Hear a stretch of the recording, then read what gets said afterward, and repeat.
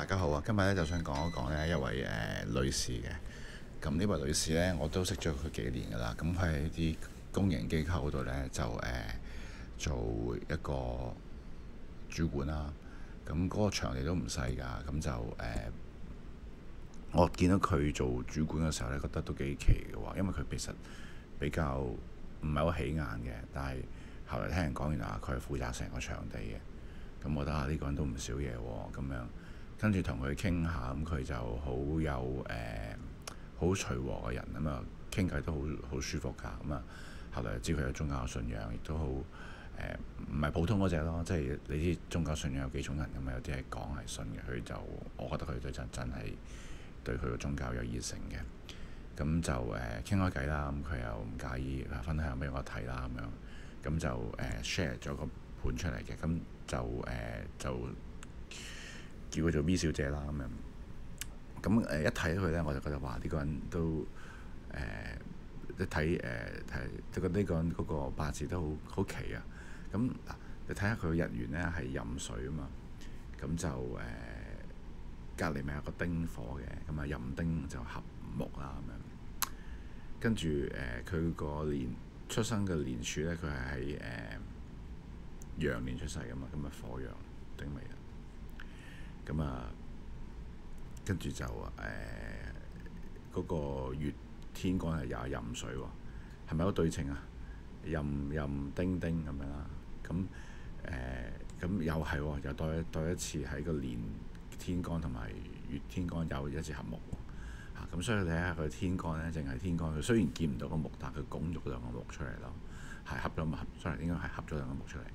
跟住壬水呢，就又因為兩個壬擺埋一齊呢，又拱咗一個又係得丁喎，壬丁喎。所以佢你睇下幾犀利，佢一個天干啊，佢咁啱得咁巧，又有丁喺度合住，跟住佢壬丁又喺度拱咗個丁火出嚟。咁基本上個天干有三個丁，所以佢個人呢就係合得好實㗎。咁所以呢啲人呢，就如果佢打開咗嘅話呢，即係成盤就活晒咯。咁啊，所以我好期待啦。咁啊，同大家分享呢個咁特別嘅八字。咁有一個説話就叫有煞先論煞啊嘛。咁冇煞先論用啦。咁其實佢幾時先可以開到佢呢個盤呢？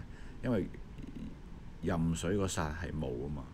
咁所以佢一定要去到53歲嘅大運嚟到呢，先至真係可以開到咯。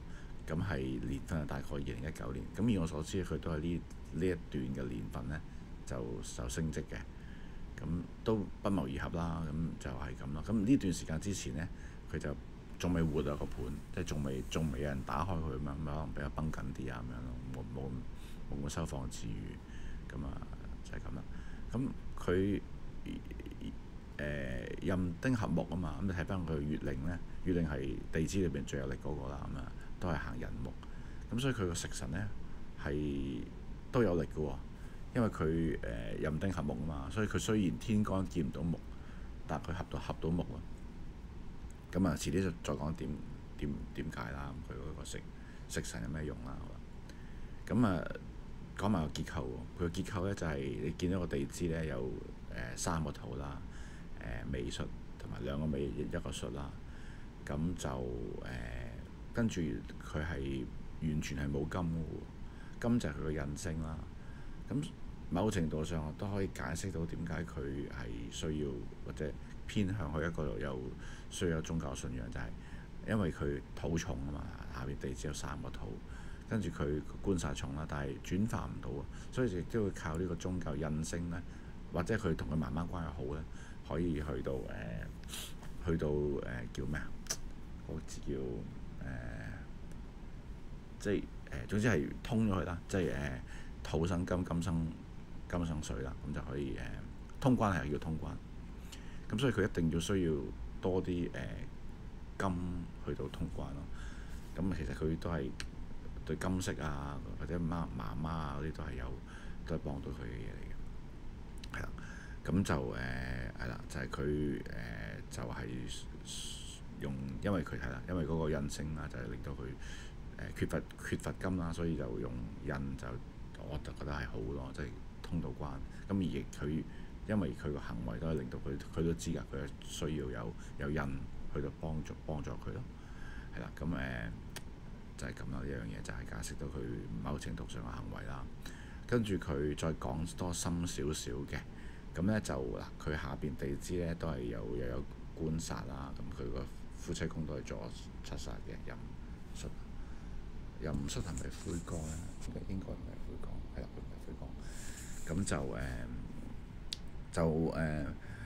係啦，咁就地支有官殺混雜啦，即係都好多。咁所以其實佢都係理論上感情豐富，生活都豐富嘅。咁但係佢呢個官殺混雜呢，就因為佢有食神制殺啊嘛。嗱，佢頭先咪講過嘅，佢月令喺個人木嗰度，咁佢天干咪合到木嘅，所以佢呢個食神呢係透天干嘅喎，係有力嘅喎。所以其實佢雖然感情生活後生嘅時候啦，而家我唔知啦，亦都唔敢講啦。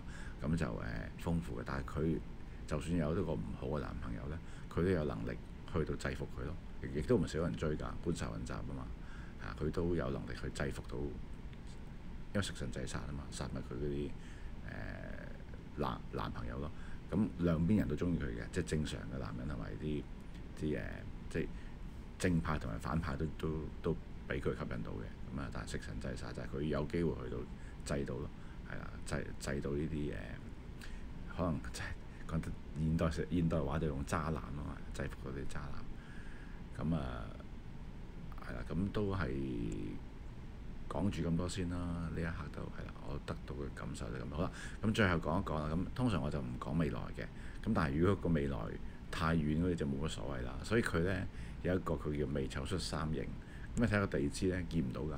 佢去到百幾歲呢，先至有未丑戌三刑。咁但係百幾歲已經冇乜所謂啦咁樣。所以呢條命呢，我就覺得都係比較好嘅，因為佢啲唔好嘅嘢就避咗，即係佢要即係去到百幾歲，差唔多百幾歲咁樣，冇乜人百幾歲㗎嘛。咁其實佢就避咗佢最差嗰個時候咯。咁就都係算係，我都覺得都係算係一個好命嚟嘅。今日分享係咁多先，希望大家鍾意。